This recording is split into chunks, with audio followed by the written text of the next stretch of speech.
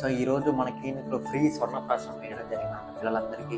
So నేను ఊహించినంత almost 28 నుంచి 35 మంది పిల్లల వరకు వచ్చి ఫ్రీగా స్వర్ణప్రాశనం వేసుకున్నారు అనమాట.